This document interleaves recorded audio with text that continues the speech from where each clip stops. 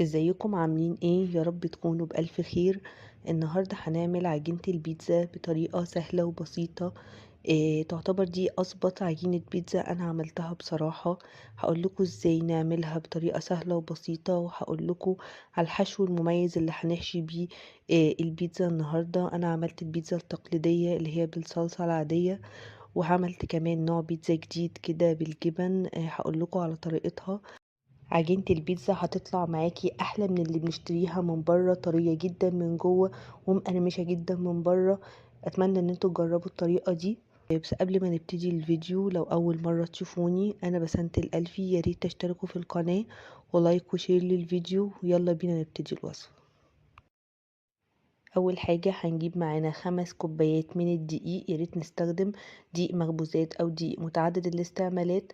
4 معالق صغيرة من السكر، 1.5 معلقة